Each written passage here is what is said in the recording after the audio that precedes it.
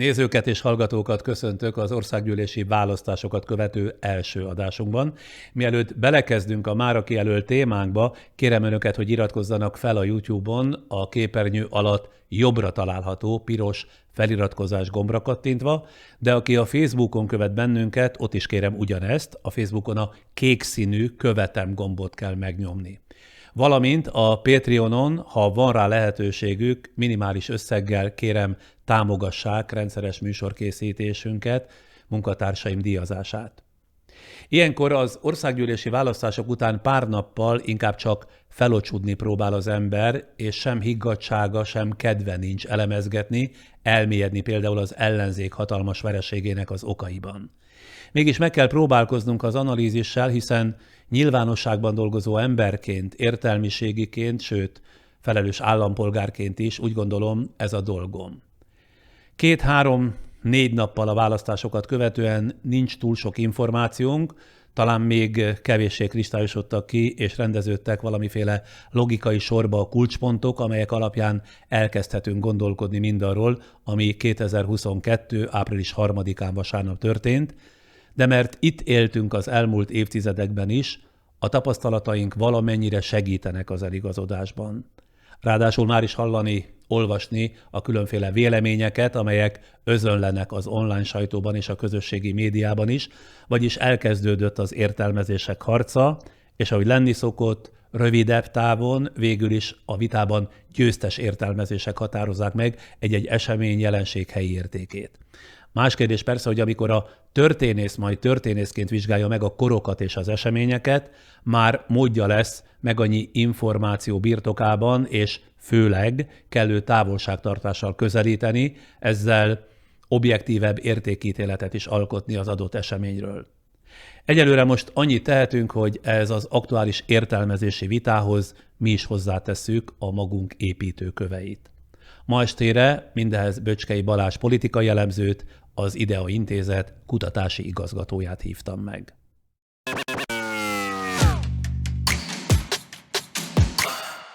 Ha megengedi, előbb bemutatom a közönségünknek, minden vendéggel így járunk el, hogy valamennyire képbe helyezzük a nézőket, szóval meg a hallgatókat. Böcskei Balázs, 38 éves, Győrben született 1983-ban, édesanyja nyugdíjas óvónő, édesapja autószerelő.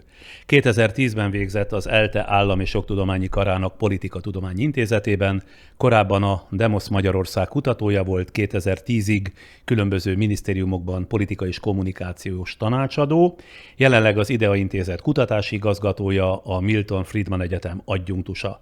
Publikációi magyar és angol nyelveken jelennek meg, számos politikatudományi könyv szerkesztője és szerzője, élettársa író, interkulturális pszichológiai szakértő. 2008 és 2020 között, tehát 12 éven át az országos első és másodosztályú labdarúgó játékvezetői keretnek a tagja. Tehát játékvezető volt 12 éven át? Egészen pontosan 20 éven keresztül, és ebből 12 év az első és másodosztályban. És kiöregszik az ember egyszer csak, vagy miért hagyta abba? Az első osztályból kikerültem másfél év után, és ezt követően még újra, vagy tovább működtem a másodosztályba, és miután az első osztályban már vissza nem kerülhettem, a másodosztályban, amit lehetett, elértem, 153 másodosztályi mérkőzést vezettem, és akkor át kell adni a következő generációnak a helyet. Ne foglaljam más tehetségek előtt. Most azt nem értem, és ez most még a témánkon kívül vezet, hogy mi a jó abban, hogy ebben az nagyon szerencsétlen magyar fociban valaki egy végképp elutált státuszt tölt be. Valóban ez kívülről így néz ki, de belülről könnyebben fel tudjuk dolgozni a nézői kritikákat, mint egyébként egy játékvezető hibát. Azokat nehéz feldolgozni.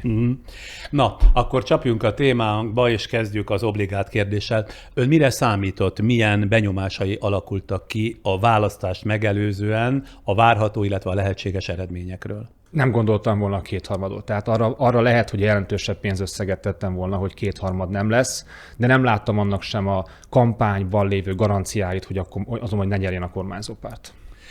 Amikor az ellenzék esélyeit mérlegeli az ember, vagy mérlegelte ön, miből indult ki? Az Orbán-féle hatalom közismert természetéből, a magyar társadalom egzisztenciális és erkölcsi állapotából, vagy az ellenzéki szövetség minőségéből, amelyet egyelőre most még nem minősítsünk, olyan volt, amilyen volt ez?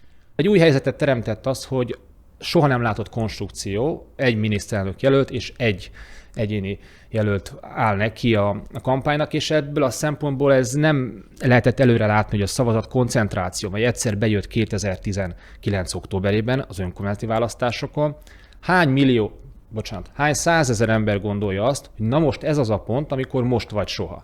Tehát nagyon új volt ez a választás abból a szempontból, hogy soha nem kipróbált konstrukció, az embereknek a fejében megépült, hogy valóban ez a legesélyesebb konstrukció. Miniszterelnök jelöltje volt, amely mellé odaálltak a pártok egységesen.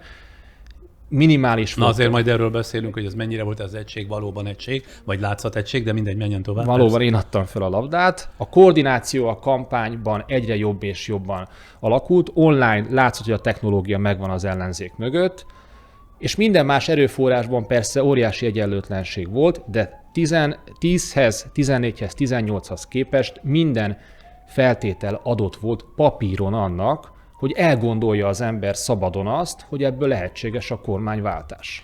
Kérem szépen, hogy vegyük végig akkor a különböző tényezőket. Én szívem szerint az ellenzéki szövetséggel kezdeném, mert azzal kapcsolatban van a legtöbb kérdés. Ennek a választásnak ráadásul ez volt az újdonsága. Több olyan véleményt is olvastam már a választást követő napokban, amely magát, ezt a stratégiát kérdőjelezi meg, sőt átkozza, tehát a közös ellenzéki fellépést. Ön hogy látja, valóban elhibázott lépés volt ez?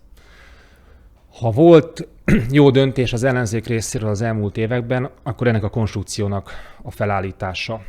És 2019 bizonyított, hogy ez egy versenyképes helyzet, plusz azért is szükséges volt... Tehát az önkormányzati választás igen. előtt ugye már volt egy ilyen úgynevezett előválasztás. Ez kicsibe kipróbálásra került. Másrészt nem lehetett úgy kampányolni, mindenki külön kampányköltséggel megy, külön üzenettel megy, külön témával, külön preferenciákkal.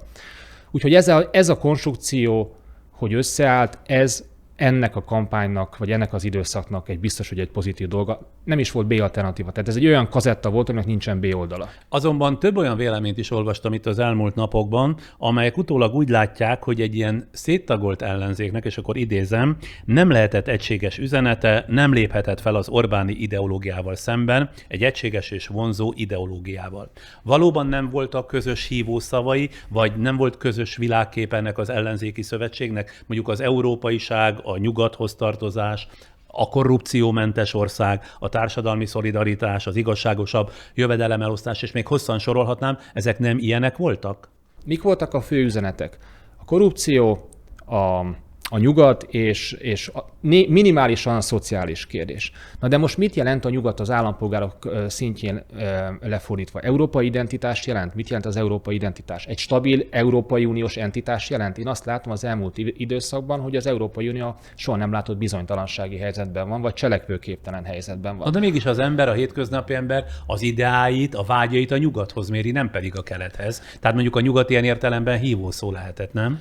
Mi van akkor, hogyha azt mondom, hogy a magyar társadalom nem nyugat-kelet relációban írja le magát, hanem egy ilyen sajátos közép-európai koncepcióba, se nem nyugat, se nem kelet, vagy egy ilyen mixébe írja le, vagy adott esetben úgy írja le, hogy egy kicsi nyugat és kicsi magyar. Tehát nem lehet olyan közvéleménykutatásokból levonni a magyar társadalom értékére, attitűdjére vonatkozóan álláspontokat, hogy hányan lépnének be az Európai Unióban napjainkban. Hát persze, hogy ennek többségi támogatottsága van, de a nyugat, mint olyan, az nem annyira kézzelfogható, mint az infláció, mint a pedagógusbér kérdés. Na de például az, hogy korrupciómentes ország, ez miért nem volt jó hívószó?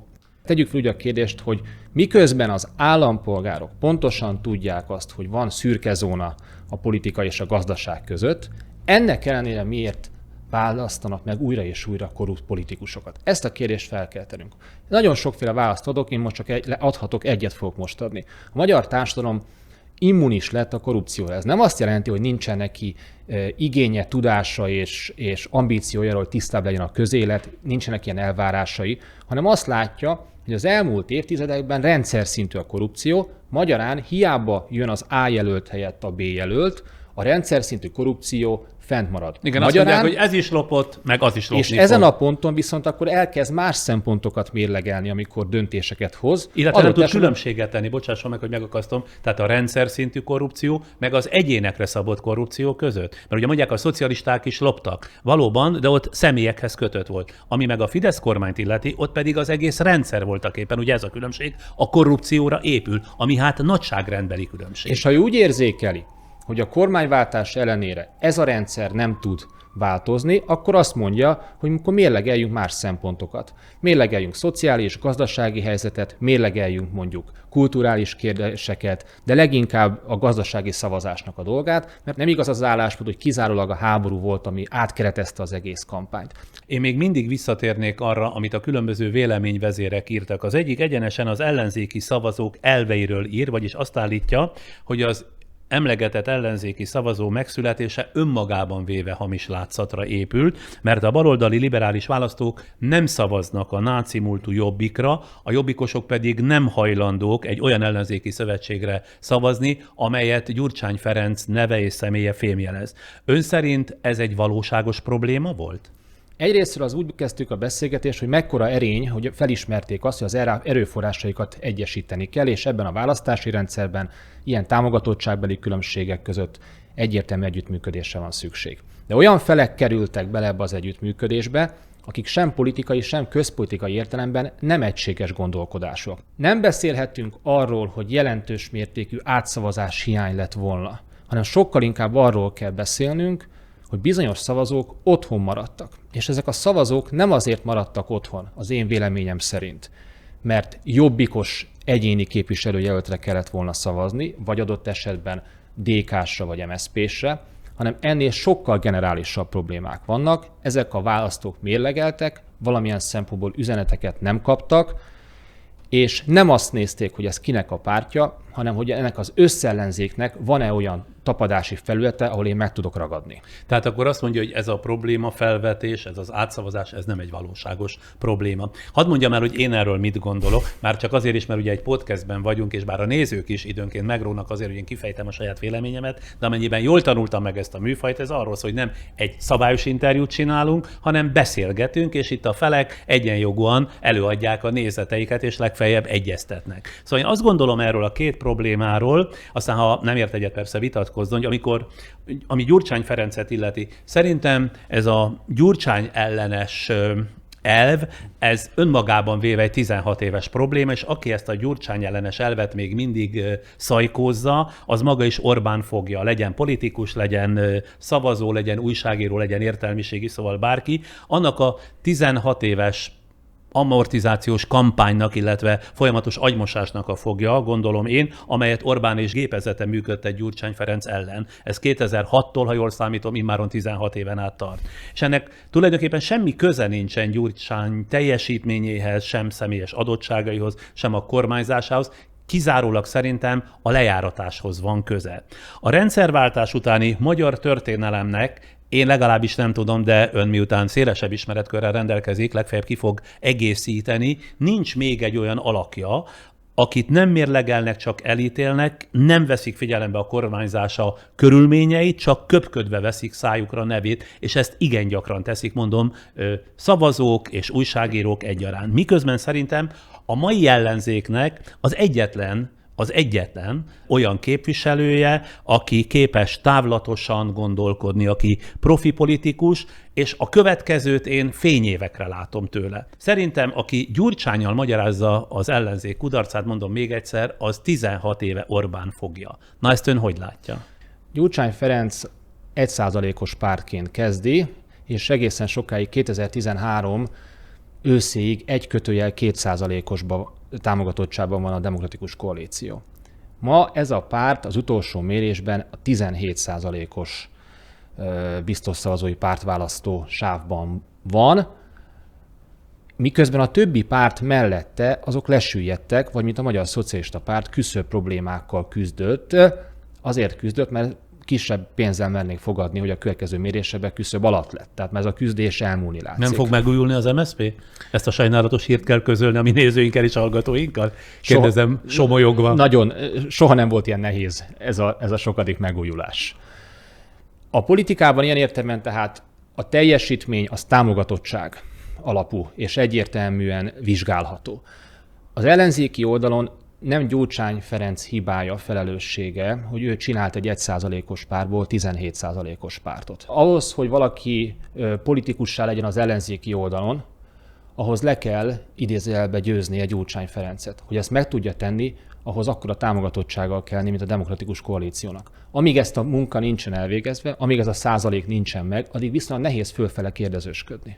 Na de tényleg, ön miben látja ezt a Gyurcsány fóbiát? Ez ennyire megült 16 év alatt az Orbán-féle lejárató kampány, ennyire beleszállt és kimozdíthatatlan az agyakból, mert azt veszem észre, hogy ellenzéki oldalon is igen nagy az ellentábora, tehát szinte mintha drukkolnának, csak a DK-nak ne sikerüljön, még azon az áron is, hogy ezen esetleg az egész ellenzéki együttműködés elúszhat. Nyilván a Fidesznek a lejárató kampánya az tökéletes lett ebben a tekintetben. Tehát ez még valóban olyan tudások alakultak ki Gyurcsány Ferencről, amelyek adott esetben nem valósak, vagy nyilván kormányzati hibák jelentős mértékig, mint a legnagyobb hibákkal rendszerváltás óta magasodtak fel. Nekem sokkal érdekesebb ezen belül azonban még egy, miért van a baloldalon belül Gyurcsányfóbia? Tehát ez ennek a kulcsa. Na de miért? Mi erre a válasza? Én azt hiszem, hogy nagyon sokan elakadtak a saját múltjuk feldolgozásában. Tehát, hogyha körbenézünk az egyes pártok környékén, hátországokban, akkor azt látjuk, hogy ezeknek mai napig jelentős szereplője 2004-2008-10 környékén, Gyurcsány Ferenc környékén tevékenykedtek, akár a stábok részeként, akár a hátországban, akár szimpatizánsként.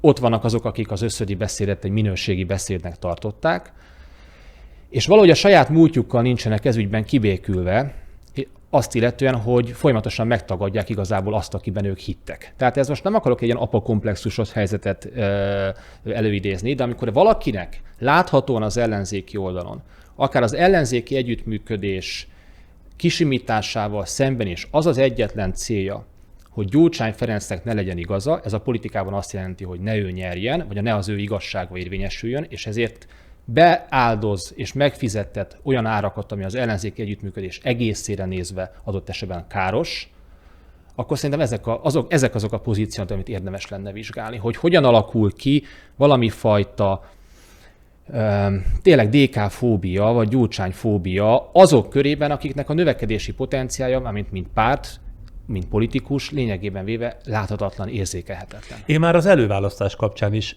némiképpen ezt érzékeltem. Pedig ott nem Gyurcsány indult, hanem a felesége Dobrev Klára, és mindenáron azon mesterkedtek az ellenzéki szövetség tagjai, nem nevesítem, de mondhatom, akár Karácsony Gergely, de tudok többeket, hogy azért mondtak le, hogy csak Dobrev Klára ne kerüljön az érre, mert őket is, az ő fejüket is megszállta kimoshatatlanul az a fóbia, hogy a Gyurcsány felesége ne kerüljön pozícióba, mert az riasztó lesz, az elriasztja hogy szokták ezt mondani, Fidesz árvákat, mintha lenne ilyen kategória. Miért veszélyes az ellenzéki oldal szereplői számára a DK? És fogok válaszolni a kérdésre, csak egyet hátra kell lépni. Ugyanis az egyetlen olyan párt, mondjuk a Jobbikot és a Momentumot leszámítva, de azok fölött van ebben a tekintetben mindenképpen, amely párt úgy működik, hogy az a enciklopédiákban le van írva, mint szervezet, mint pártszervezet. Irányított, egységes, szervezett, kampánykész, és vannak neki vezetői, mely vezetőt a saját politikai közössége teljes mértékben elfogad. Ez most vagy Gyurcsány Ferenc, vagy Dobrev Klára. Ez a DK működésnek, vagy hatékonyságának tulajdonképpen az alapja. A többi más szereplőben ezek az ismérvek, ezek ugye a politikai működés alapismérvei, tehát nem kértünk sokat, ezek az ismérvek nincsenek meg egyik pártban sem. Az előválasztás egy tökéletes példája, szerintem nem Dobrev Klára nyerte volna meg az előválasztást Karácsony Gergellyel szembe. A belső felmérések és a publikált felmérések is afelé mutattak, hogy ha ez a két szereplő marad, akkor abból Karácsony Gergely jön ki győztesen. Akkor Karácsony miért dobta be a törölközőt váratlan módon? Ez a mai napig szerintem rejtély, hiszen az a fajta... Neki volt több szavazata ráadásul a Márki Zajjal második szemben, helyről. Ez egy politika történetileg, azért meg kell keresnünk a példákat, amikor egy végső győzelemre is esélyes jelölt a második helyről visszalép Márki-Zay Péter javára. Azt miért gondolja, hogy nem Dobrev nyerte volna meg az előválasztást? Ha ketten maradtak volna, akkor összerendeződött volna ez a koalíció sokasság, ami Márki-Zay Péter mögött összerendeződött, ez Karácsony Gergely mögött rendeződött volna össze. Van erre kutatás? Vagy bármiféle? Egyrészt erre van kutatás, másrészt a korábbi kérdéseiben a választók egy jelentős része, még a baloldalon is annyira él az antigyurcsányizmus, amely esetben ugye Dobrev Klára fizeti meg ennek az árát, hogy a Momentum, a kutyapárt szavazók, a fiatalok, vagy a fiataloknak egy része, azért nem kell itt túldimenzionálni a fiatalok politikai szerepvállalását. A Magyar Szocialista Párt szavazói azok összerendeződtek volna, és a jobbikosok otthon maradnak. És inkább Karácsony mögött, mint Dobrev mögött, azt mondja? Igen. De akkor még egy kérdést hadd tegyek föl, hogy ön lát az ellenzék soraiban Gyurcsányhoz bármilyen értelemben mérhető tehetségű politikust? Ön gondolhatja azt, hogy politikai gondolkodók, mint Gyurcsány Ferenc kimagaslik mondjuk az átlagból, de ennek ellenére látjuk, hogy egy plafon van a DK fölött is, amelyet ő nem tud áttörni. Nem véletlenül lép be Dobrev Klára a politikában, 2019-es EP választásba, ami mindazokat a szervezeti potenciálokat, ami a DK-ban van, ki is tudja aknázni. Na de hogyha itt van ez az ellenzéki szövetség, és mindjárt befejezem ezt a Gyurcsány egységet, az ellenzéki szövetségnek nem az kellett volna, hogy legyen az első dolga, ismerve már az erőviszonyokat, hogy kiáll Gyurcsány és pártja mellett. És ez nem csak az igazság, hanem az elemi önvédelem is így kívánja, legalábbis szerintem. Nem lehet, hogy Gyurcsánnyal nem lehet támadni egy olyan ellenzéki szövetséget, amely szolidáris valamennyi tagjával, a leginkább támadottal is, ezzel ugyanis nyíltá teszi és kihúzza a dolog méregfogát, gondolom én, és ezzel a választóiról is leveszi az ítélkezés terhét, illetve dilemmáját. Erre lett volna mondjuk ennek az ellenzéki szövetségnek minimum 1,5 éve. Arról nem beszélve, hogy nem lehet akarni a legnagyobb ellenzéki párt szavazóit a párt elnöke nélkül. Ugye hát ez teljesen evidens. Ellentétes lett volna a Magyar Szocialista Párt szándékaival, a Momentum szándékaival, a Jobbik szándékaival, hogy a Fidesz-Gyurcsány valóságával szemben egy rehabilitált, másképpen elgondolt Gyurcsányot húzza fel. Hát ezzel a saját szövetsége alatt ássa meg az árkot. Hát ez egy jól felfogott érdeke, független a viszonyom Gyurcsánytól, hogyha én egy szövetség tagja vagyok, nekem elemi érdekem a szövetség minden tagját, nem csak hogy védeni, hanem kiállni érte, tisztázni és kiállni érte, mert ezzel a saját szövetségemet erősítem. Na, nem? De?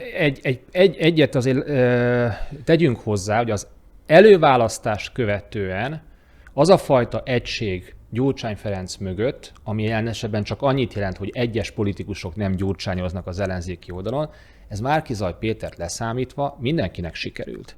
Tehát, de Márki-Zay ennek a kompenzációját rendesen megadta. Tehát az a minimum elvárás, amit ön támaszt a politikusokkal szemben, ez megtörtént. Nem a Gyurcsány rehabilitáció miatt, most nem tudom, miért használom én is ezt a kifejezést, köszönöm, és nem is a Gyurcsány melletti kiállás miatt, meg nem is Gyurcsány Ferenc miatt ment el ez a választás. Az biztos, hogy a DK szervezeti ereje nélkül, és ezt jobb, hogyha mindenki a következő időkben elfogadja és borítékozza, a DK szervezeti ereje nélkül ma ellenzéki politikát Magyarországon elképzelni nem az, hogy nem lehet, nem is érdemes. Na most a másik probléma, amit már fölvetettem ebben az ellenzéki szövetségben, ugye a Jobbik náci múltja, csak hogy szerintem aki a Jobbik náci múltja miatt nem szavaz a Jobbikra, az épp azt a munkát nem veszi figyelembe, gondolom én, amelyet Jakab Péter 2020. januárja óta szerintem elvégzett a Jobbikban, nevezetesen a pártból kiszorította a nácikat és a szélsőségeseket, bár a párt szavazóbázisában valószínűleg nem tudott rendet rakni még. A Jobbik szélsőséges szavazóinak 2020 óta, ha jól számoltam, most először volt módjuk kinyilvánítani az elégedetlenségüket, és átsorolni a Mi Hazánkhoz. Tehát aki ma azon kesereng, vagy éppen azon kárörvend, hogy a Torockai párt elszipkázta a Jobbik szavazóit, és így bejutott a parlamentbe, mintha csak azt felejtené el, hogy éppen a Jobbikból kiszorított szélsőségesekből, cigánygyűlölőkből, antiszemitákból, Európa ellenesekből, és még hosszan sorolhatnám, lettek a Mi Hazánk szavazói. Jakab Péternek szerintem ezért éppen, hogy dicséret járna, és nem megrovás, illetve nem káröröm. Ön hogy látja ugyanezt? Vitatkozok mind a két Jobbikra vonatkozó tételállításra vagy tételmondattal. Nekem ez a fajta szembenézés a korábbi múlttal úgy morális, mint intellektuális értelemben kevés.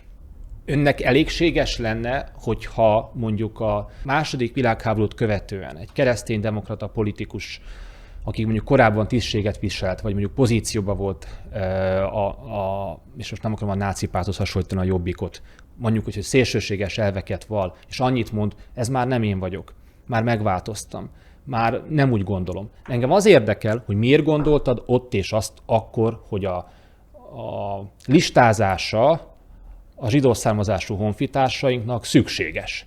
Miért gondoltad azt akkor, amit gondoltál a romákról, amikor Magyar Gárda mellényel mentél be? Hol voltál akkor, amikor mondjuk a saját parlamenti patkódban az egyes társadalmi csoportokra ilyen és olyan szavak hangozottak el? Miért nem sikerült a judapestező jelöltedet 10 perc alatt leváltatni, hanem miért kellett csendben lenni napokig, hogy milyen viszonyt kell hozzá kialakítani? Ön ezeket a tisztázó beszélgetéseket, illetve tisztázó kinyilvánításokat hiányolja? Én nem tudom egészen pontosan, mit jelent az emlékezett politikai rítus, meg hogyan kell ezzel szembenézni, de az biztos, hogy nekem nagyon karcsú az az érvelés, hogy a Jobbik már megszabadult ezektől a szélsőséges elemektől. Mert azok, akik azt mondják, hogy megszabadult ezektől a szélsőséges elemektől, azok ott voltak ám a szélsőséges Jobbikban is. Tehát engem nem az érdekel, hogy Schneider Tamás mit gondol a világról, és miért gondolta azt, amit gondolt, hanem az a Jakab Péter, aki mondjuk egy jól kereshető videómegosztós felvételen eléggé sajátos kontextusba használja a romákat és a börtön kérdést, azt ott és akkor miért és hogyan fogalmazta meg. Mindezen dolgok esetében ön mit tartott volna, vagy mit tartana elégtételnek? Tehát mivel érné be, hogy ilyen értelemben legitimálja, ami legitimálja a Jobbikot? Utólagosan szerintem már nem lehet ezt a rekonstrukciós munkát elvégezni, de azt hiszem, hogy a Jobbik múltjában vannak még tartalékok. Tehát a következő időszakban... Ha nem lehet utólagosan elvégezni, akkor ezt mindig majd a fejhez vághatják a Jobbiknak. Azt tudom, hogy az én komfortérzetem, mert most itt véleményeket is fogalmazok meg, és nem csak leíró jellegű vagyok, az viszonylag kimozdul akkor, amikor egy politikai közösség nem tud egy szélsőséges gesztustól elhatárolódni, miközben a másik oldalnak olyan morális szempontokat támaszt, amelyben maga sem tud minden esetben megfelelni. És ezekben a felsorolt esetekben semmiféle morális gesztust nem gyakorolt a Jobbik? Én ezt nem tudom, kérdezem.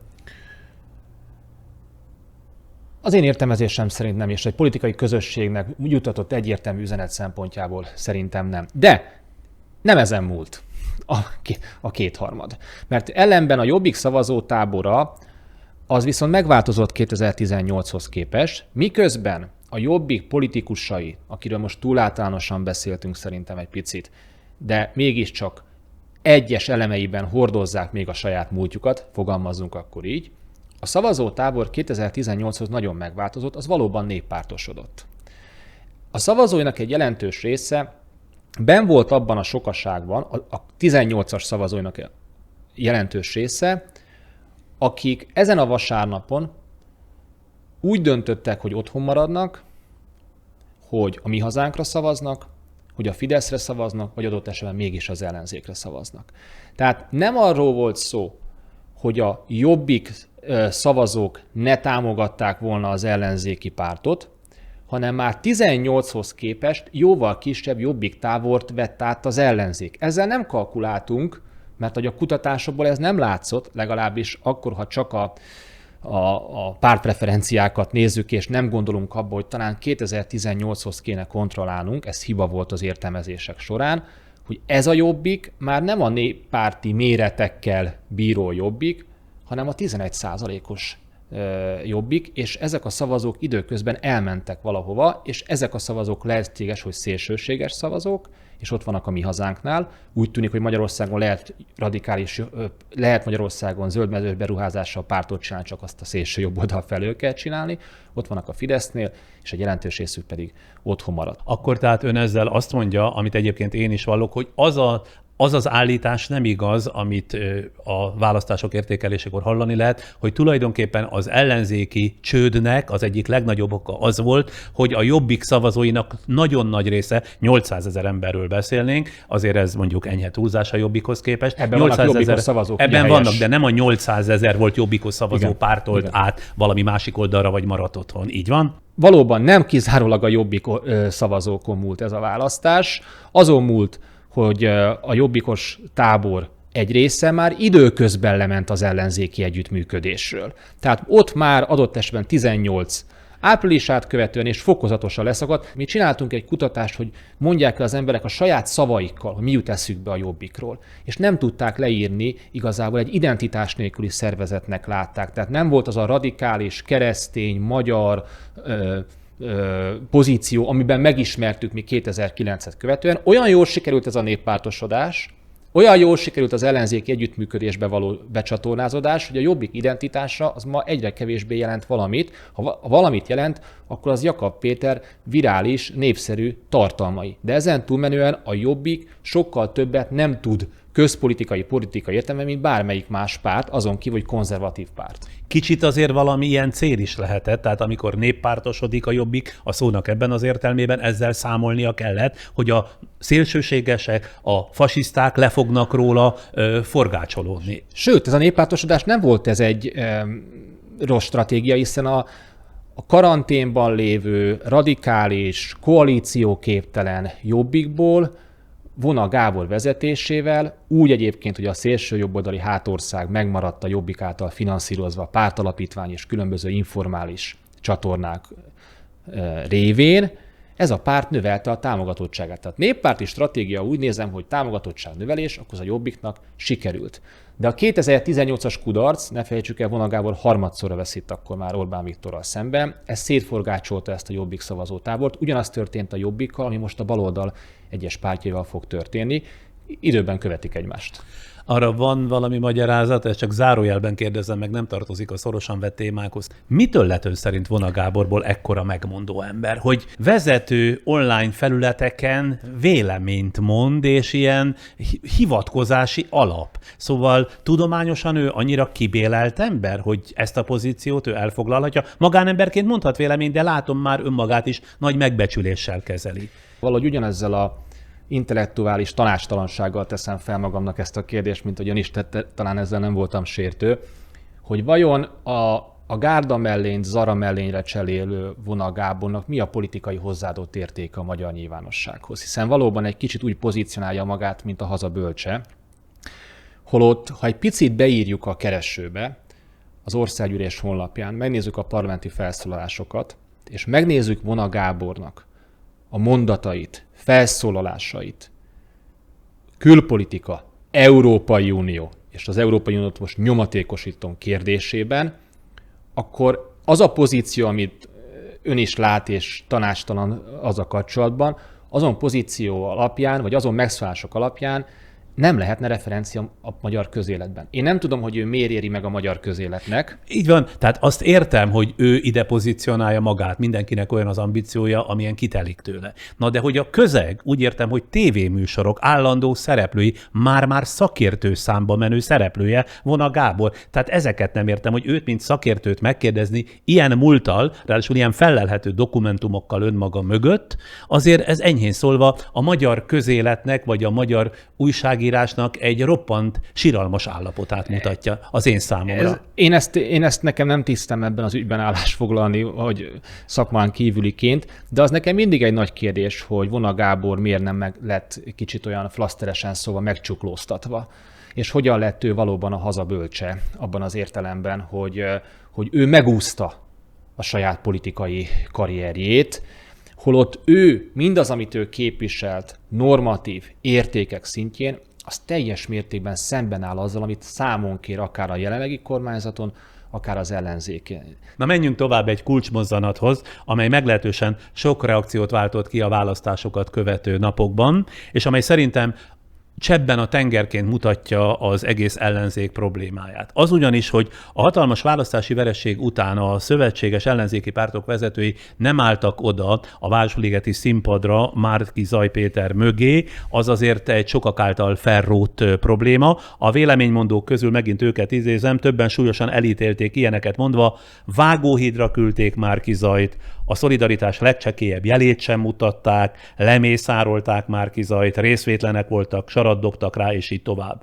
Ön szerint ott kellett volna állni a választási kudarc után minden ellenzéki pártvezetőnek Márki-Zay mögött, még egy olyan színpadon is, ami semmi más nem volt, csak a magyar zászlók és Márki-Zay arcképével díszített zászlók sokasága, mintha az ellenzéki szövetség, úgy értem jelképeiben sem történt volna meg.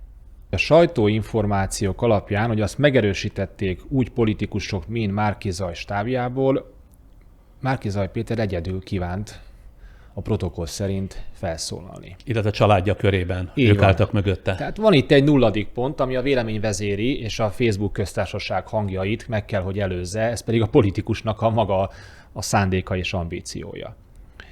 Na most, hogy ennek ellenére ott kellett volna állni a többi párt vezetőjének. Hát Karácsony elment, és Donát Anna szintén ott volt. is elment, de nem tudom, hogy a színfalak mögött mennyire erős volt annak az akarata, hogy oda ne jöjjenek más pártok politikusai. Tegyük hozzá a kommentelőknek, hogy Márki-Zay Péter, hogy ezt a kampányt ő nevére vette, és láttuk számos háttérinformációból, megírt háttérbeszélgetésekből, megbízható források által megírt anyagokból, hogy ő még a betű típusát is adott esetben a plakátnak kritikával illette, vagy éppenséggel véleményt fogalmazott meg róla.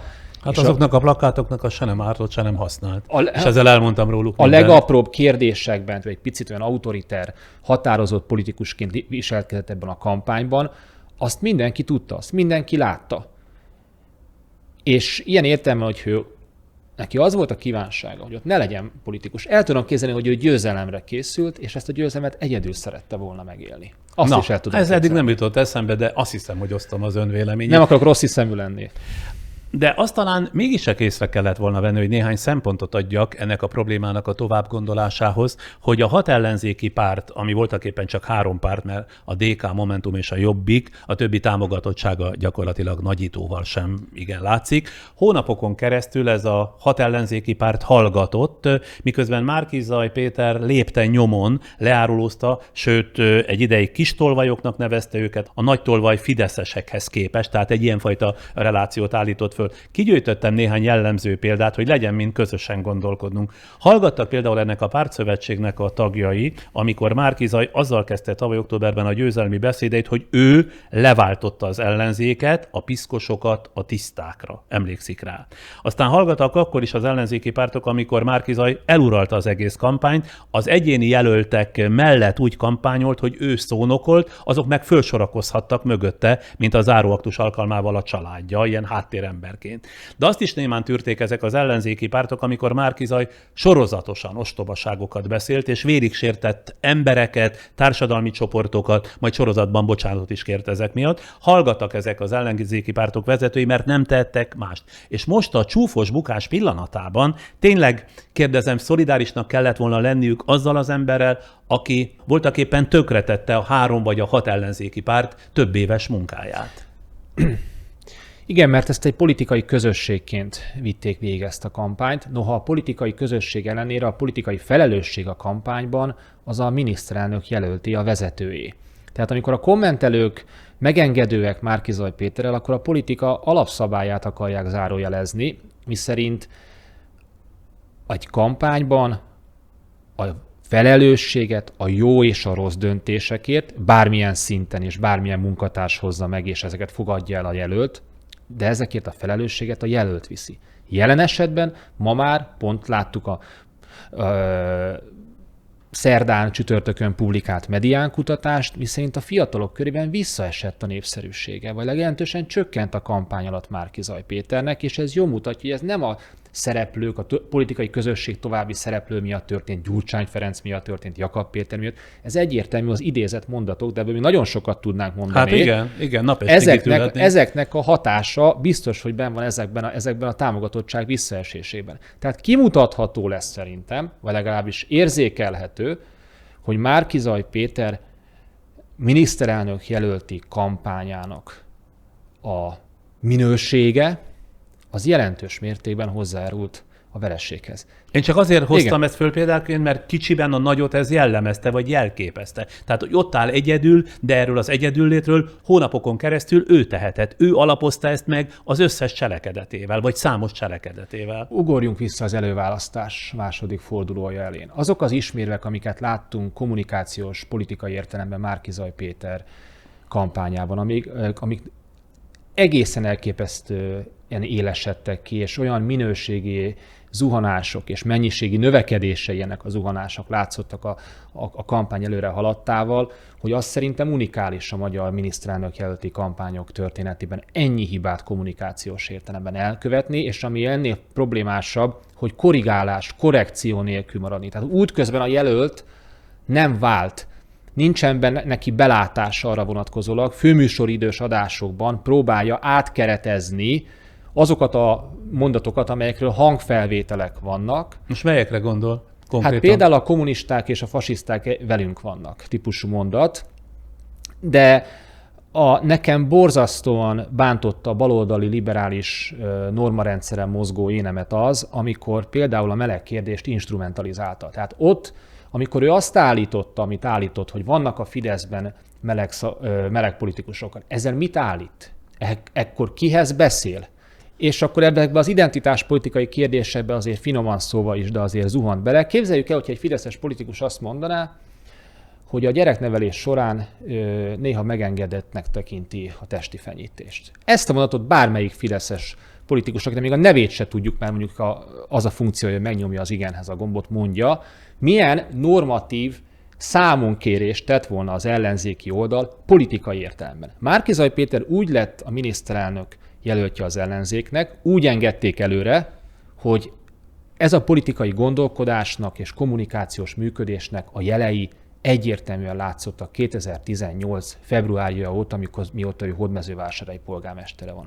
Tehát, de akkor most ezzel, bocsánat, azt is mondja, hogy egy alkalmatlan jelöltet tettek meg, amivel egyébként milyen egyetértek. Tiszteletben tartva az emberi minőségét, azt gondolom, hogy ő politikailag lehet, hogy egy 44 000-es települést remekül elvezet, de az országos kabát nemhogy nagy volt rá, hanem elveszett benne. Úgy intellektuálisan, mint politikailag. Én nem ezt mondtam, én inkább úgy mondok, hogy egy kockázatmaximalizáló jelöltet választottak, akiben természetesen lehetett hinni, de politikai döntések megalapozásához, egy kiélezett választási helyzetre az ima kevés. Innen elrugaszkodva megint csak egy lépéssel beszéljünk a választókról. Az ilyen sokszínű, sokfajta meggyőződésű ellenzéki szövetség választóit például az én véleményem szerint Márki-Zay semmibe vette, nem volt tényleg rettenetesen nagy tévedés folyamatosan Orbán szavazóira kacsingatnia, mert azért ezt hosszú hónapokon át táplálta ezt a hitet, és kevésbé törődni az ellenzéki szövetség szavazóival? Ön azt mondta, hogy Orbán szavazóira kacsintott. Én még ebben a kampányban azt sem láttam volna, hogy ebben a kampányban lett volna célcsoport. Na de az volt a hit, az volt a remény, az volt a remény táplálásának az alapja, hogy majd ő a másik oldalról az úgynevezett Orbán árvákat átfogja a saját oldalára, már hogy Márki-Zay csábítani. Hát ennek nem, hogy nyomát nem látuk, statisztikailag sem tudná bebizonyítani, hogy ez így lett, ugye? Sőt, már előzetesen is volt erre vonatkozólag tudás. Szabó Andreával 2 kutatásra alapozva 20-ban és 22-ben is megnéztük, hogy a Fidesznek mekkora a szavazatmegtartó képessége. 95-91%-os szavazatmegtartó képessége van. Mit jelent ez a szavak szintjén? Hogy 2020-ban a 2018-as szavazóinak a 95%-a a táborba volt, 2021-ben pedig 90-92%-a. Tehát senkit nem lehet a Fideszből elcsábítani. És aki lement a táborról, az viszont ellenzék kritikus és ellenzékellenes volt. Tehát már az alapállítás az adatok szintjén nem működik. Itt majd azoknak kell egyébként elemzőknek egyébként előlépniük, hogy mire alapozták, és kutatóknak ezt a vélekedésüket, hogy Márki-Zay Péterrel megszólíthatóak a jobboldali szavazók. Ha azt mondják, hogy hittek ebben, akkor ezt beállják föl, hogy akkor ez nem egy elemzői, meg kutatói pozíció volt, hanem vallásos. Ezt ajánlhatná a főpolgármester úr figyelmébe is, mert Karácsony Gergely, aki egyébként kutatóból jön, kutatásból jön, kutatási területen dolgozott korábban, nyakra főre ezt annak idején emlegette, hogy ő a pozícióját azért adta át, mert a Márki-Zayyal megszólítható a Fidesz árvák jelentős része. Aztán kiderül az ön sokkal korábbi kutatásaiból, hogy a Fidesz árvák, ha egyáltalán voltak, nagyon kevesen voltak, ellenzéki pozícióban maradtak, ha le is csatlakoztak a Fideszről, ugye? Védjük meg a főpolgármestert akkor a beszélgetés ezen szakaszával, legyünk megengedőek, a politikában vannak esetlegességek, a képzeletnek és a fantáziátnak teret kell engednie. És akkor még itt van Márki-Zay részéről a Jóisten, a Jézus Krisztus, a kereszténység, szóval a messiási elhivatottság rendszeres emlegetése, a tüntetésen való imádkozás, hogy mindezek például ön szerint nem bántották a baloldali liberális, de minden esetre laikus választók fülét annyira, hogy ne akarjanak egy második Orbán Viktorra szavazni. A választók nem a klerikális, antiklerikális törésvonalon döntenek egyes ellenzéki politikus mellett vagy ellen. A probléma ezekkel a mondatokkal az, hogy a beszédben foglalják a helyet. Tehát amíg én az Istenről beszélek és különböző evangélista processzekben vagyok a beszédem folyamán, addig nem beszélek arról, ami az embereket foglalkoztatja. Tehát miközben én túlhangsúlyozom az én önéletrajzomat, ugye Márki-Zay Péter az énnel kezdődő mondatokat viszonylag a politikusok átlagához képest is jobban szerette, ahhoz képest nem beszélek, és nem adok olyan felületet, magyarán témát a választóknak, amihez tudnak kapcsolódni. Hogyha valaki arról beszél, hogy ő 7 gyerekes családapa, én azt tudom tisztelni. De politikushoz nem tudok kapcsolódni, mert mit nem ez a politika. Vele? Igen. Abba adjuk mindjárt a Márki-Zay fejezetet, mert még jó néhányat kell megbeszélni, de arról szeretném tudni a véleményét, hogy mit gondol, mi lesz Márki-Zay Péter sorsa. Továbbra is törekszik a politikai porond közepére, és megcsinálja maga konzervatívnak nevezett pártját az úgynevezett tisztákból, csupa tiszta kisgazdából, volt MDF-esből, fideszesekből, köztük nem is egy Orbán Viktor kiszolgálójából, vagy lesz némi önreflexiója, és tudomásul veszi, hogy politikusként igen csúnyán megégett, megbukott, és végérvényesen leszerepelt. Márki-Zay Péter körül nem a csalódott fideszesek vannak, hanem a sértett fideszesek. Ugye a kettő nagyon nagy különbség. Az egyik egy állampolgárt jelent, aki mondjuk elvekben, politikákban csalódott, a másik esetben pedig olyanokat értek az alatt, akik valaha a Fidesz establishmentnek a részévé voltak, tagjai voltak, és ezt követően valamilyen okból kifolyólag, de leginkább esetben saját döntésükből kifolyólag kiszorultak ebből a politikából. Tehát olyanokra épít Márki-Zay Péter, akik politikusként, szakértőként a magyar politikai osztálynak sem jobbról, sem balról adott esetben nem kellettek. Ezt arra vonatkozóan mondja, hogy ezekből fogja megcsinálni a maga konzervatívnak mondott pártját? Helyesebben ezekből nem fogja megcsinálni a konzervatív pártját. Nem hiszem, hogy lenne a magyar választói piacon hely egy olyan konzervatív pártnak, amelynek az összes létező arca korábban kormányzati pozíciót töltött be. Sértett emberekről beszélünk, és ezen túlmenően egy olyan líder, egy olyan vezető irányítja, aki elveszíti a miniszterelnök jelöltséget egy ilyen kampányban, erről beszélünk 20 percet csak az ő teljesítményéről, indokoltan, és elveszített az egyéni választókerületét is. Tehát akkor a jövője Márki-Zaynak Hódmezővásárhely és környéke lesz, mint polgármester? Én nem lennék nyugodt, hogy ő meg tudja őrizni Hódmezővásárhely polgármesteri pozícióját egy újraindulás esetén. Elveszítette nem jelentéktelen mértékben Hódmezővásárhelyt, beárazódott bizonyos értelemben. Itt a választókerületre utalok, amikor Hódmezővásárhelyt mondunk. Jobbra tolódott az egész ország, az egész politikai térkép. Ebből a pozícióból neki újrázni Hódmezővásárhelyen nem kockázat nélküli. Akkor beszéljünk arról, hogy mi lesz az ellenzékkel úgy általában. A választás követő napokban többen úgy nyilatkoztak az ellenzéki pártok vezetői közül, hogy szeretnének együtt maradni, tehát ezt az ellenzéki szövetséget szeretnék megőrizni. Meg lehet őrizni ön szerint ezt az ellenzéki szövetséget? Lenne értelme? Eddig azt próbálták meg, hogy nem vesznek tudomást arról, hogy közöttük milyen érték vagy szervezeti különbségek vannak. Mert nézték a fő ellenséget, a fő ellenfelet, a fő célt, a kormányváltást, Orbán Viktor legyőzését. Az ellenséges ellenfelet nyilván az Orbán Viktort értem az alatt. Most ez a nagy árnyék, ez eltűnt. Ha az ellenzéki oldalban nem indul el az a fajta igény, szükség, hogy a saját térképét rendezze, akkor ott fognak állni majd az önkormányzati választás idején, hogy újra kezdődik a megegyezés, előválasztás, előválasztás, és újra ott vagyunk, hogy 3+3 pártrendszert építünk, és akkor újra ott vagyunk, hogy az egyik párt hibáját a másiknak kell kiegyensúlyozni, az egyik kommunikációs problematikáira a másik is hallgat, és újra arról beszélünk, hogy mi az, hogy ellenzéki világ, identitás, politikai közösség, család, tapadás. Tehát akkor azt mondja, hogy ennek az ellenzéki szövetségnek szükségszerűen fel kell bomlania. Vissza kell vezetni a versenyt az ellenzéki oldalba. És akkor a kérdések kérdése, hogy ön is úgy látja-e, mint sokan, akik lehet persze, hogy csak első elkeseredésükben, hogy Orbán és rendszere az adott körülmények között nem leváltható? Szívesen visszakérdeznék, hogy mit is jelent az adott körülmények között. Hát az adott körülmények között az azt jelenti, hogy be van rendezkedve, az intézményrendszer teljes egészében az uralkodó pártnak, illetve kormánynak, személyesen Orbán Viktornak van alárendelve, tehát olyan nagyon a fékek és ellensúlyok rendszere teljesen eltűnt, tehát a rendszer az úgy áll fönn, ahogy Orbán Viktor az elmúlt 12 évben azt megteremtette. Ezekből ki lehet-e mozdulni, ismer-e, nem tudom, a politikai szakirodalom olyan fajta autoriter rendszereket, ahol mégis volt valamiféle megoldás az ilyen felálláshoz képest? Az irodalom ismeri ezeket a váltásokat, és lehetséges, tehát politikatörténeti példákat tudunk erre bőven mondani.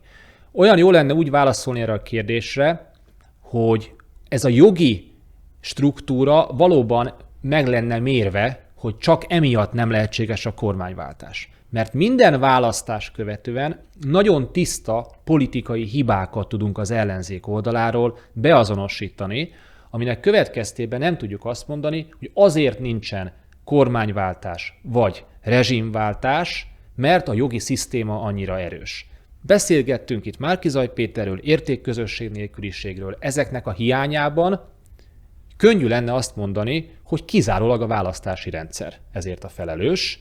A választási rendszer valóban torzít, valóban létezik a választókerületekben a fideszes előny, ahogy ez meg van rajzolva, de ezzel önmagában véve, tehát az egész jogi konstrukcióval nem lehet megmagyarázni azt a kérdést, hogy az ellenzék miért veszít. Tehát olyan sok politikai hiba, félrecsúszás, koordinációs problematika van benne az egész ellenzéki működésben, hogy az intézményi okokkal nem magyarázható. Akkor fordítok egyet ezen. Azt mondom, hogy a legoptimálisabb ellenzéket képzelj el minden szempontból. Kiváló vezető, kiváló és szinte hibátlanul működő ellenzék, tételezzük ezt fel, de az intézményrendszer azokkal a kötöttségekkel, amelyekkel az elmúlt 12 évben ez létrejött, képes arra, hogy ez a minden szempontból alkalmas ellenzék ennek a kereteit széttörje, és leváltsa adott esetben Orbán Viktor. Határozottan igennel válaszolok, és ezzel nem kis kockázatot is vállalok, mert igazából ez a kampány úgy ment végig, egyébként nagyon helyesen, hogy nem volt meg az az alkotmányos ajánlat az ellenzék részéről, hogy mi történik akkor, ha itt kormányváltás van, hogyan fog ez a új ellenzéki konstrukció kormányozni, mi lesz az alaptörvénye, az alkotmány. De úgy nem, hát ezt a jogi szakbizottság Márki-Zay Péter mellett kidolgozta Fleck Zoltán vezetésével. Szívesen visszakérdeznék, hogy mi volt ez az ajánlat 2 mondatban. Én hosszasan olvastam erről, hosszasan tudnám most önnek mondani, mi minden. Ha valaki tájékozódni akart, akkor tudott tájékozódni. Azért sem volt ez világos, mert nem döntötték el az ellenzéki politikuson 12 év után azt, hogy minek nevezzék az Orbán rezsimet. Most újra elindult az autoriter gondolkodás, ez egy autoriter rezsim. És ez fontos, hogy meg tudjuk határozni, hogy az adott rezsim mi? Nem elég, ha látjuk a gyakorlatban azt működni? A definíció előrébb való, mint a gyakorlattal való szembesülés? Ha autoriter rezsimnek tekintem, akkor alkalmazhatom rá azt az alkotmányos klauzulát, hogy itt a hatalomnak a kizárólagos megszerzése kísérlete történt, magyarán akkor legitimitást adok a feles alkotmányozásnak. Ha viszont azt mondom, hogy ez egy hibrid rezsim, meg ilyen-olyan rezsim, akkor bemaradok a jogfolytonosságba. Nagyon nem mindegy.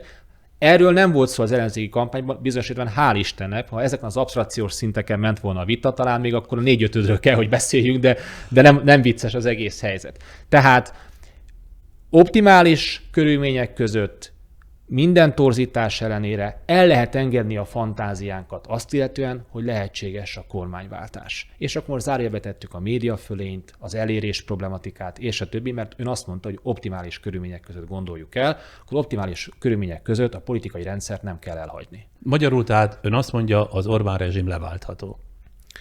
Ebben a pillanatban 2022 áprilisában ezt gondolom. És mit gondol arról a felvetésről, sőt követelésről, hogy az ellenzéknek most aztán tényleg bojkottálnia kellene a parlamenti működést?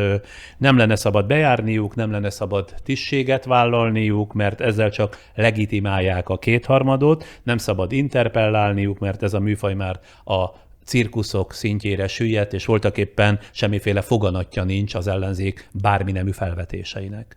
Legitimitása nincs meg a bolykotnak, ezekre az emberekre szavaztak, ezekkel az emberek felhatalmazással élnek, ezekre a kormányváltás szándékával, és nem pedig a bolykott szándékával. Tehát én ilyen értelemben nagyon szigorú vagyok, és nagyon tiszteletbe tartom a választói akaratot, az pedig úgy szól, hogy képviselet. Azért az is érdekes jellemzője volt ennek a választási kampánynak, és nyilván kutatóként fölfigyelt erre ön is, hogy a Fidesz kampánya nem arról szólt, hogy szavazza Fideszre, hanem kifejezetten arról, hogy szavaz Orbán Viktorra. Mi ennek az oka ön szerint? Nyílt beismerése esetleg annak, hogy tényleg egyetlen ember uralja a Fideszt, a pártot, ahogy az államot, illetve a társadalmat is? Az elmúlt 12 évben, ami megépült, az az, hogy a döntésekért Orbán Viktor a felelős, de a koncentrált, személyközpontú hatalomirányítás folytán. Nem tudjuk megnevezni, hogy hívják a mezőgazdasági szaktárca vezetőit. Ha asszály van, azért Orbán Viktor a felelős.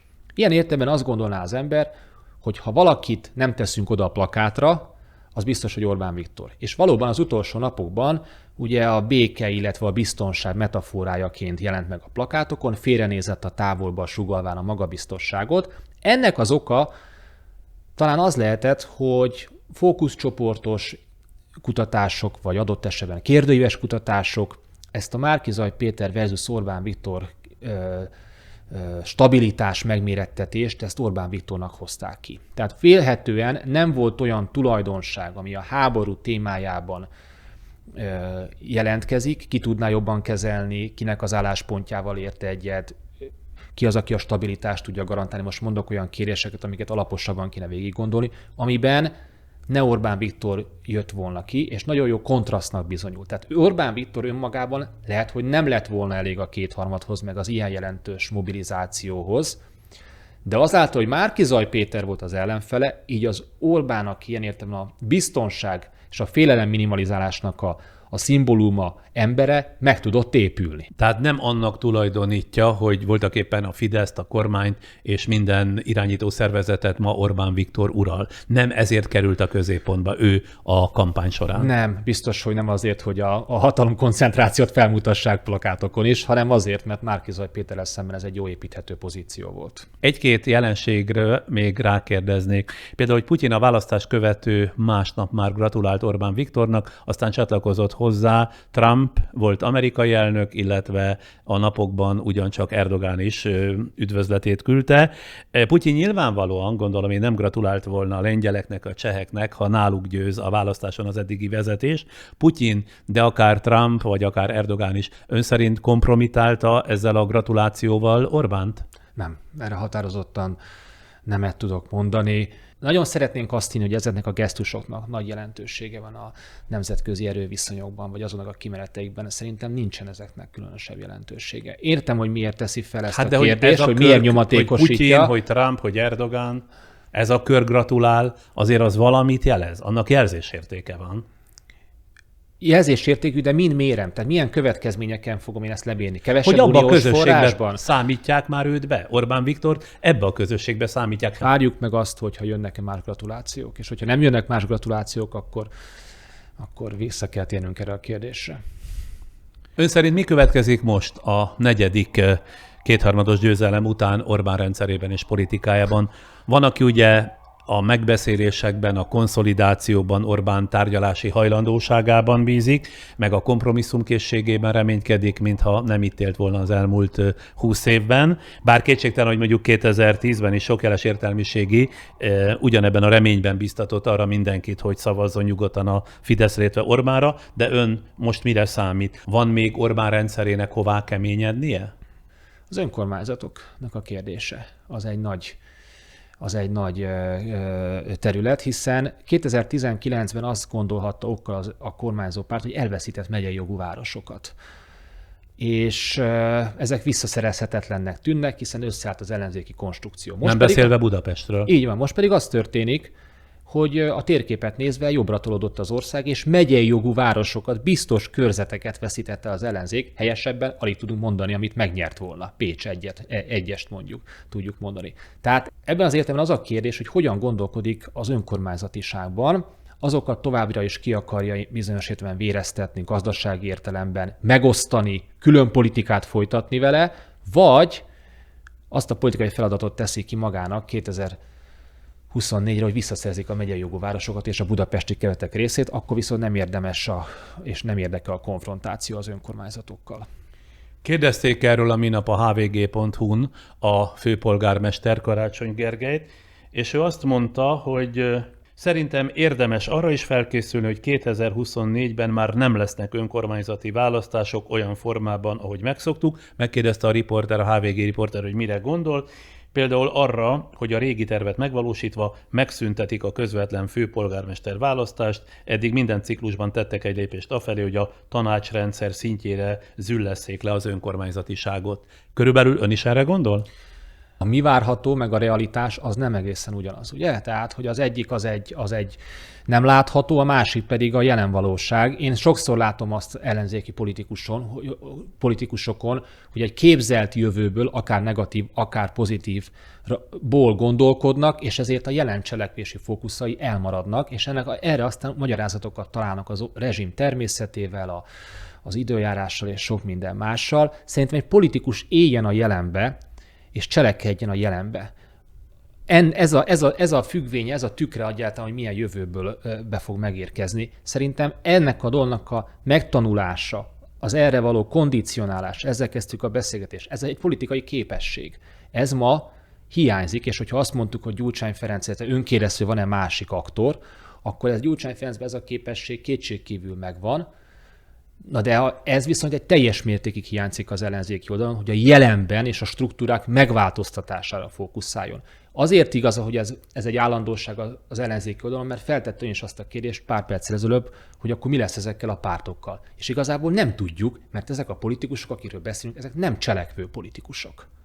Ezek nem szigorú most viszont, beszigorodott. Ha Orbán így gondolkodna a politikáról, vagy bármely más politikus, Angela Merkel, meg a bezzeg nyugat politikusok, ha így gondolkodnának a politika természetéről, nem lenne több ciklusuk. Angela Merkel már nyugdíjba ment, csak halkan igen, mondom. csak őt azért mondom, mint egy referencia volt, aki kétségkívül a saját pártját megváltoztatja. Idáig sokan azt mondták, hogy Orbán nem egyenlő Magyarországgal.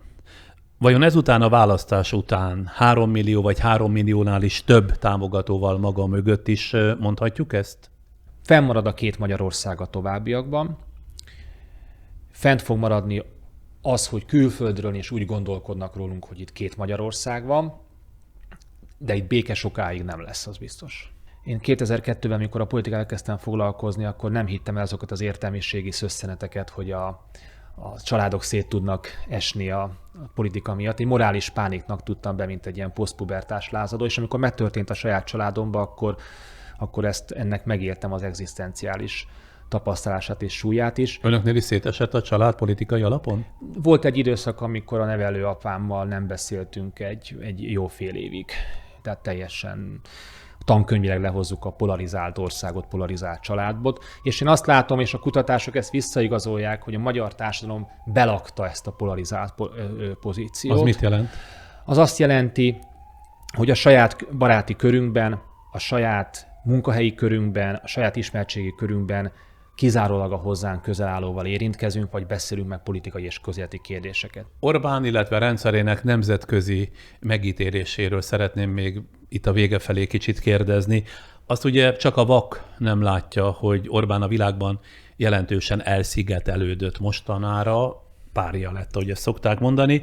Eddig is tulajdonképpen Putyint trójai falovának tartották a nyugati világban, de most már, mintha a közép-kelet-európai világban is egyre inkább annak tartanák. Mennyire látja a véglegesnek a nemzetközi közösség, köztük kiemelten a visegrádi négyek elfordulását Orbántól és ezáltal Magyarországtól is?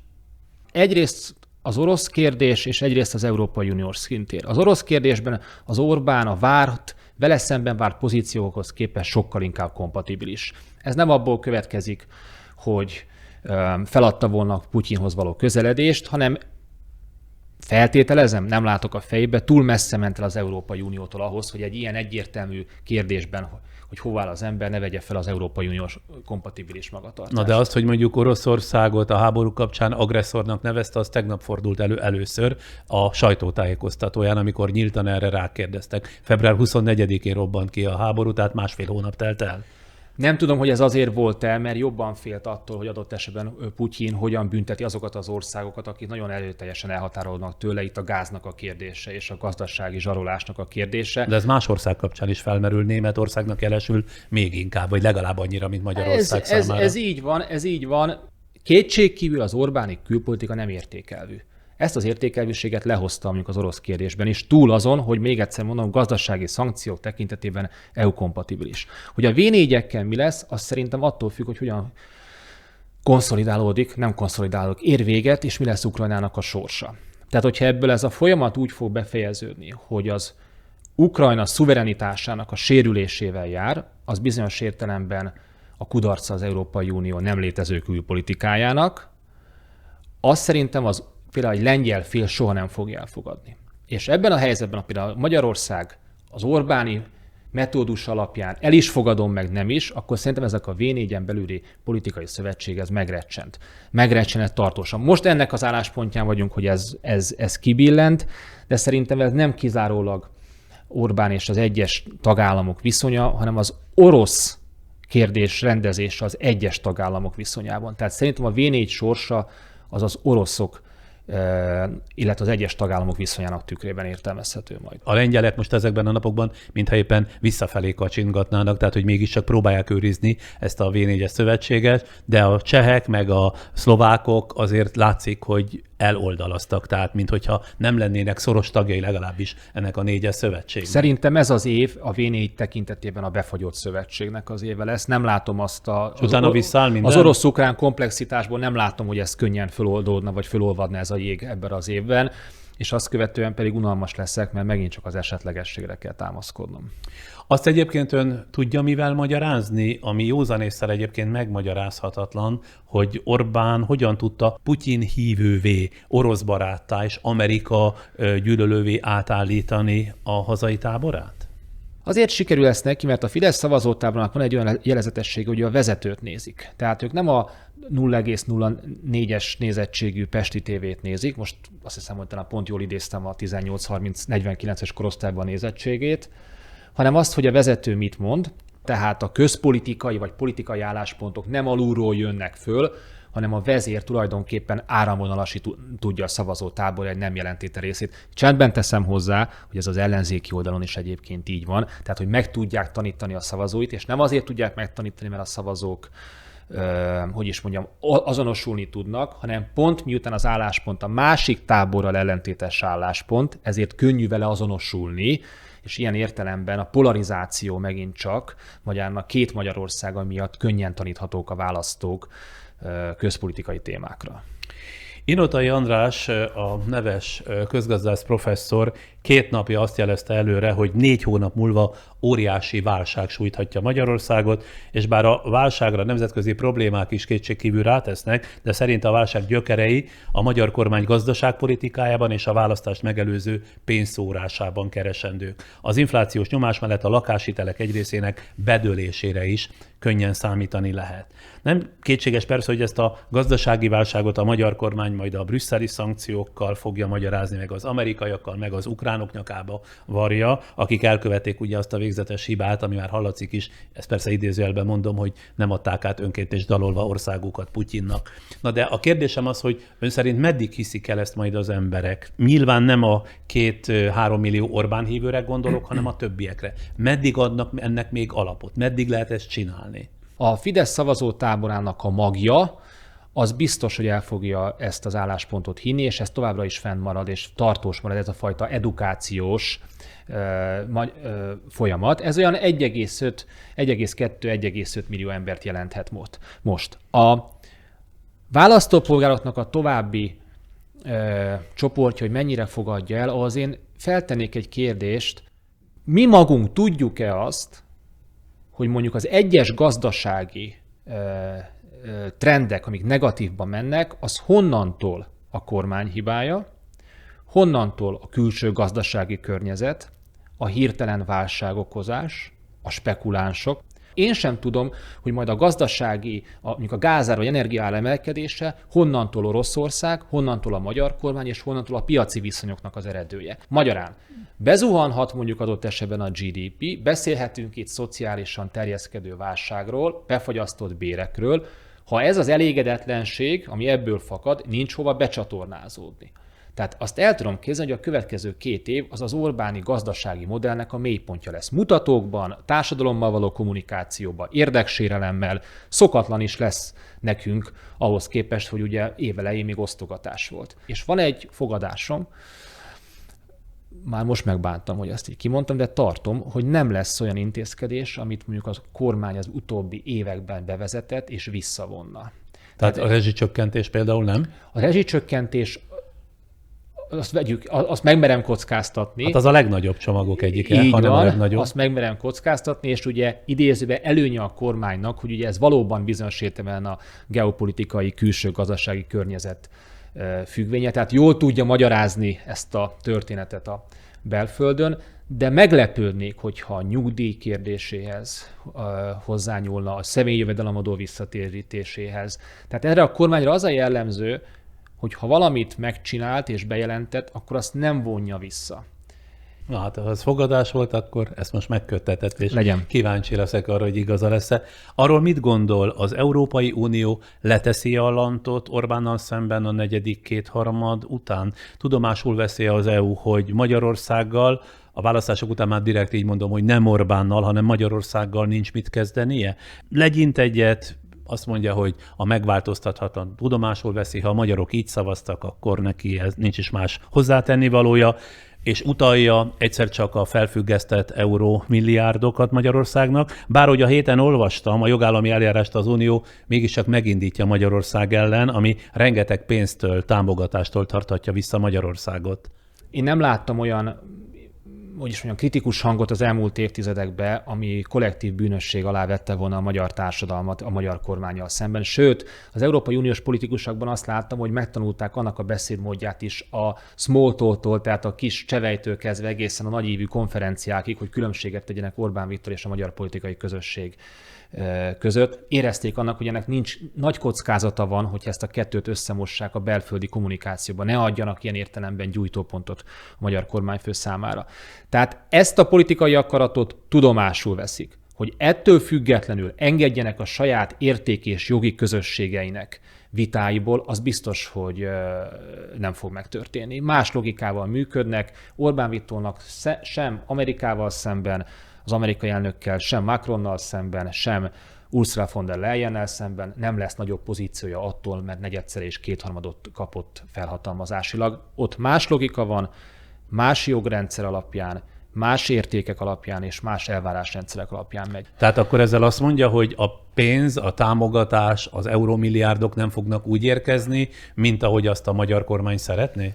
Ezzel egyelőre csak annyit mondok, hogy azokat a jogállami mechanizmusokat és azokat az intézményi korlátokat be fogják vetni, azonban az nagy kérdés, hogy a kormány ki tudja ezeket jogilag mozogni, mert azt tegyük hozzá, hogy az elmúlt évtizedben ki tudta mozogni a kormány ezeket jogilag, Velencei Bizottsággal való vita és az Európai Uniós szervekkel való vita, tehát ilyen értelemben valóban maga az Európai Unió konszolidálja az Orbán rezsimet, és arra azért nem számítok, hogy ezen radikálisan előkészítés nélkül ezen most így cezúra jelleggel szakítani az Európai Unió. Nincs ma ott az Unió. Közben bejött azért ez a jogállami eljárás, ami azért nagyban megnehezíti az átverés lehetőségét. Én azt hiszem, hogy várjuk meg. Egyrészt ez egy új folyamat, másrészt, hogy az Unió a jogi és ilyen értelemben értékkonfliktusokat fenn fogja tartani, intézményesíteni fogja, úgy az nem kérdés.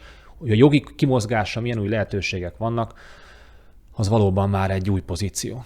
Ön tart-e attól, amitől sokan, hogy Orbán ebben a 4 éves szakaszban kilépteti Magyarországot az Kizártnak Európai tartom. Unióból? Ennek a gazdaságnak a logikája a külföldi működőtőkére, illetve az Európai Uniós együttműködésekre és az Európai Uniós forrásokra van alapozva.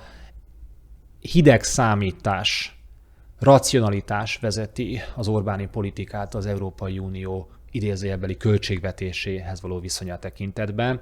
Úgyhogy kizártnak tartom, sőt, ha van diskurzus, amiből szerintem le kellene farolni, az annak a felemlegetés vagy felemelése, hogy az Európai Unióból ki fog lépni Magyarország. Az imént én azt tettem ehhez hozzá, hogy mi van akkor, ha a pénz nem érkezik. Akkor előbb fog már a jogállami mechanizmus, vagy bármilyen jogi vitában pozíciót engedni magyarán az uniónak a követeléseit teljesíteni, mint hogy azt kockáztassa, hogy gazdaságilag megburítja a saját rendszerét, és ezért kilépne az Európai Unióból. Neki ez a pénz kell, addig megy el, ameddig a falig engedik. Hogyha jogilag ezt a falat előbb húzzák fel neki, akkor eztnek a falnak ő meg fog felelni a források érdekében. Az Orbáni politika az sok tekintetben értékelvű, de legalább ennyire realista is. Tehát azt belátják, hogy ennek a rendszernek nem az az alapja, hogy kulturálisan homogén az ország, hanem hogy gazdaságilag működőképesnek tartani. Végezetül nem egy szakmai, hanem inkább egy érzelmi kérdés hadd tegyek fel. Sokaknak megfogalmazódik ez mostanában a fejében, hangot is adnak tulajdonképpen ennek különböző fórumokon, hogy bízhatunk-e valamiben, bízhatunk-e bármiben. Azokra gondolok, akik most ugye el vannak keseredve, hogy továbbra is a hazugság, a lopás, a kiszolgáltatottság, a szabadsághiány rendszerében kell élniük az elszegényedés veszélyével vagy fenyegetettségével a fejük fölött. És ha igen, akkor miben bízhatunk? Ilyenkor egy út van csak, ami tudom, hogy talán egy nagyon kényelmi válasz, az a belső szabadság felé fordulás. Teremtsük meg mindannyiunkban azt a szabadságot, ami politikától függetlenül megteremthető. Ez lehet, hogy a csend. Másképpen kérdezem, létezik-e boldogság az Orbáni rendszerben azok számára, akik nagyon nem ilyen világról álmodtak?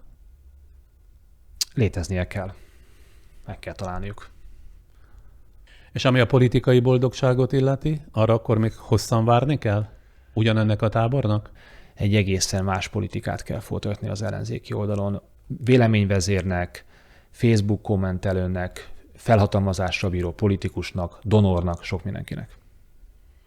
Szóval, ami a magánembert illeti, egy új életstratégiát választ, de ha jól értettem, akkor az ellenzéknek is egy teljesen új stratégiát kell választania. És bízunk abba, hogy ez a két stratégia majd egyszerre hamarosan, valamikor a közeljövőben találkozik. Milliók várják ezt a találkozást.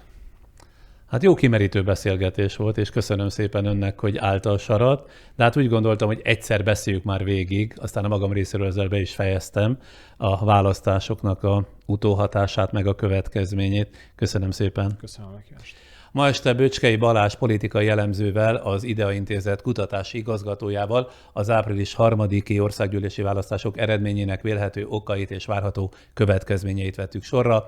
Változatlanul kérem önöket, hogy iratkozzanak fel hozzánk a YouTube-on, a kis piros gombra kattintva, és kövessenek a Facebookon, ott a kék gombra kattintva.